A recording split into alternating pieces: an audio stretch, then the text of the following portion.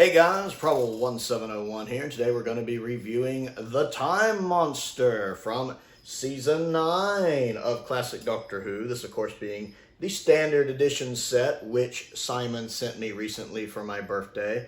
Really appreciate all of the support Simon has given the channel. Several of the Standard Edition sets he has sent to me. He knows I really like collecting them. That way my limited editions can be the beautiful shelf queens that they are. And I can use the standard ones when I actually want to watch episodes. So I really appreciate him sending this. And he asked if I would give The Time Monster a rewatch, which it was due a rewatch. I've only seen The Time Monster once before when the limited edition set first came out. And I found it very underrated.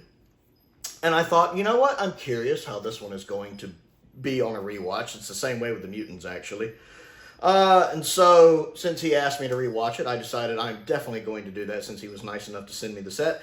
And my thoughts on it are about the same. The Time Monster is an underrated story that just has a few decisions it makes in its execution that hold it back from being truly great. It's still very enjoyable, but it does do a few silly things, and some of the special effects are a bit naff for it.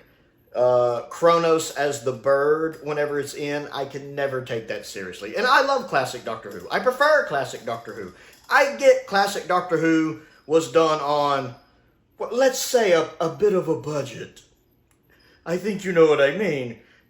But, you know, a lot of times they were very creative with that budget and they made it work. This is one of those times where it just absolutely fails badly. Like, Underworld Caves works better than Kronos in bird form and in its female form at the end. But anytime he's there in the bird form floating around, my willing suspension of disbelief is straining. And then at the end when they meet Kronos in that space in between and it's just the girl's face talking to them, I'm sitting there thinking, wow, what were the people who pulled this effect off on? I think they had a little too much LDS.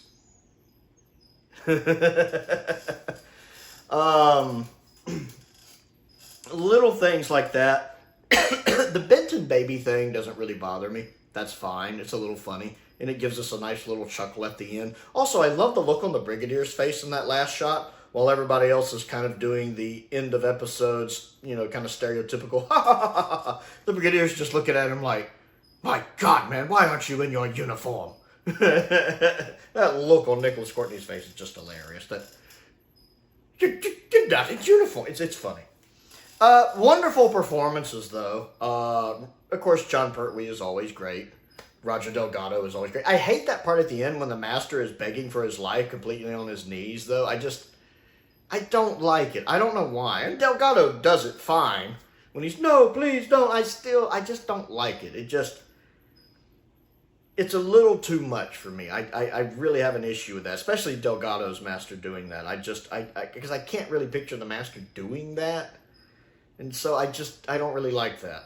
Of course, Katie Manning's always great. Our main cast are all good. I like the fact Benton gets some stuff to do. Like when he realizes the Master's trying to trick him with the voice, now he sneaks back into the room. I actually like that. He actually manages to get the Master at gunpoint twice in this story. I enjoyed that. I like seeing Benton be clever. I love the guy playing the king when they get to Atlantis. And the story really does take an odd turn at episode 4. Kind of the old school Robert Holmes thing where you have a 6-parter and you do a 4-2 thing where like 4 parts of it's this and 2 parts of it's this. Kind of like Seeds of Doom.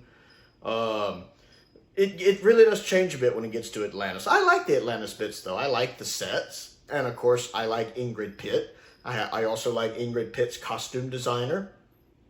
But I love the guy playing the king. He really is a king in this. I love the bit how he just has the Master pegged. And he is not put, because he's old, you know, he's been around for like 500 years. He's smart. He's the king. And I love that bit when the Master tries to hypnotize him and the king's just like, just laughs at him. I don't really care how the music does there. Like, it's doing the Master's theme, and when it doesn't work, it trails off in this weird kind of, like a like a wind-up toy that's running down. That's a little, it didn't need that.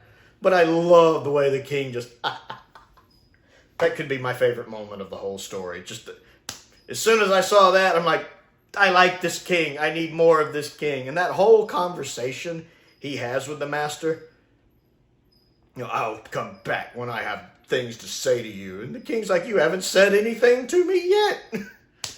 I just love it. The king just, it's so weird to see the master, any version of the master, but especially Delgado's master, where he looks on the back foot and he doesn't quite know how to proceed with the situation, and where the other person is just moves ahead of him. And that the king is completely in control of that conversation. And I love it. So the king gets all the props. I wish he'd been in the story more. I was very sad when he passed away in the story. Ingrid Pitt is great too. I like the fact that she feels like an equal match for the master. It's interesting, the little dynamic between her and the master, how she's drawn to his charisma. And because Delgado's master is very charismatic. And I like that Ingrid Pitt is drawn to that. But yet she still loves the king. No harm must come to him. And when she finds out he dies, she immediately turns on the master. Seize him! I like that. Even though we only get a couple episodes with the queen, I feel like she's a nuanced character, actually, because of that. And I feel like Ingrid Pitt plays that part very, very well. I love the scenes when the Doctor and the Master are in their TARDISes talking. I enjoy that. I always like the dynamic between the Third Doctor and Delgado's Master. They have such a good dynamic. And you can tell they know each other so well. And I like how while they're ready to kill each other, they compliment each other. Like, even the Master's like, he has such a brilliant mind. And it's like, yep, I knew you'd get there in the end, Doctor.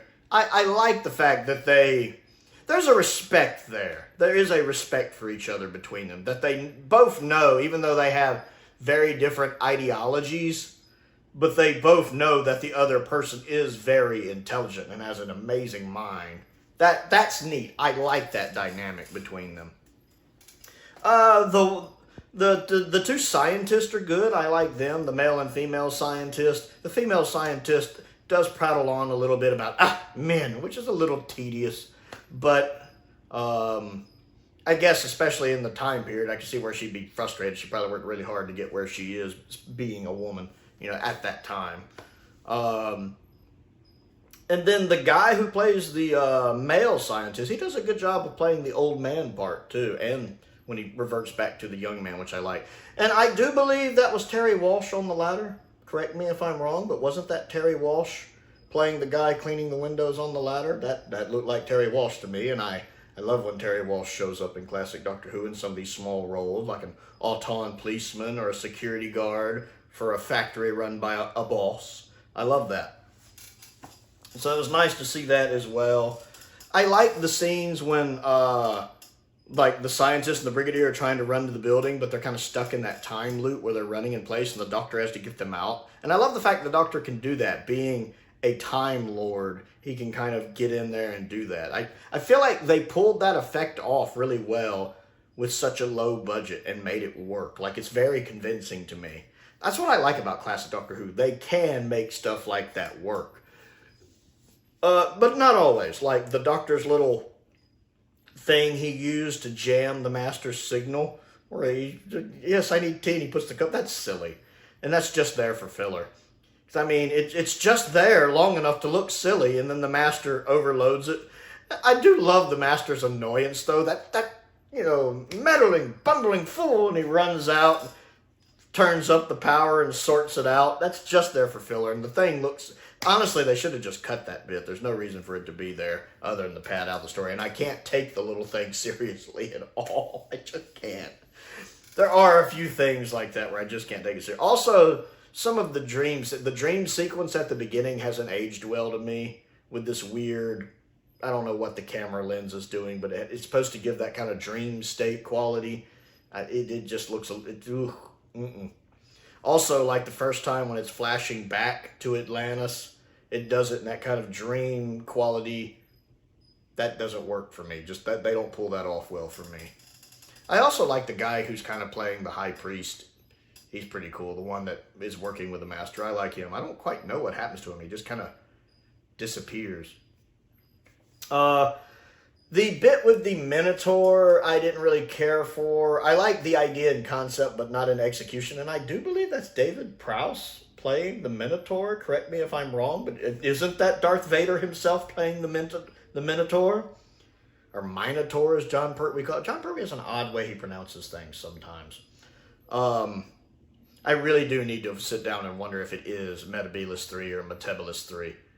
I don't actually know if Matt said it wrong or if it's just John Pertwee pronouncing it wrong. Like, oh my God, whole nother conversation. But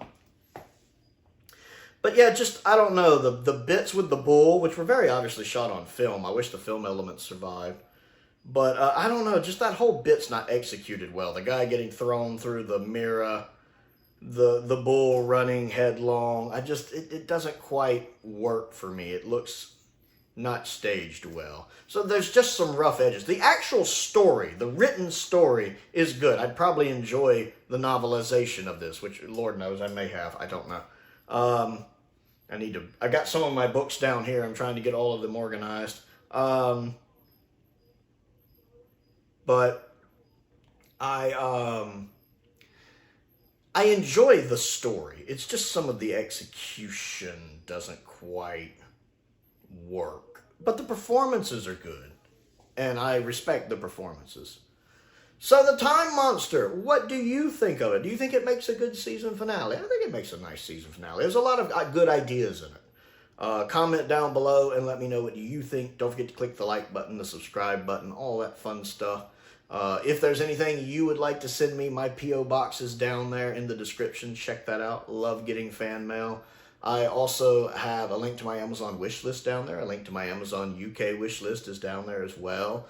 And a link to my Patreon is down there. Simon is also one of my patrons. I want to give a shout out to him and my top tier patrons, Colin Coney, Sam Venning, Finn Perkins, and Unknown289. I appreciate their support, as I do the support of all of my patrons. Most importantly, thank you for watching.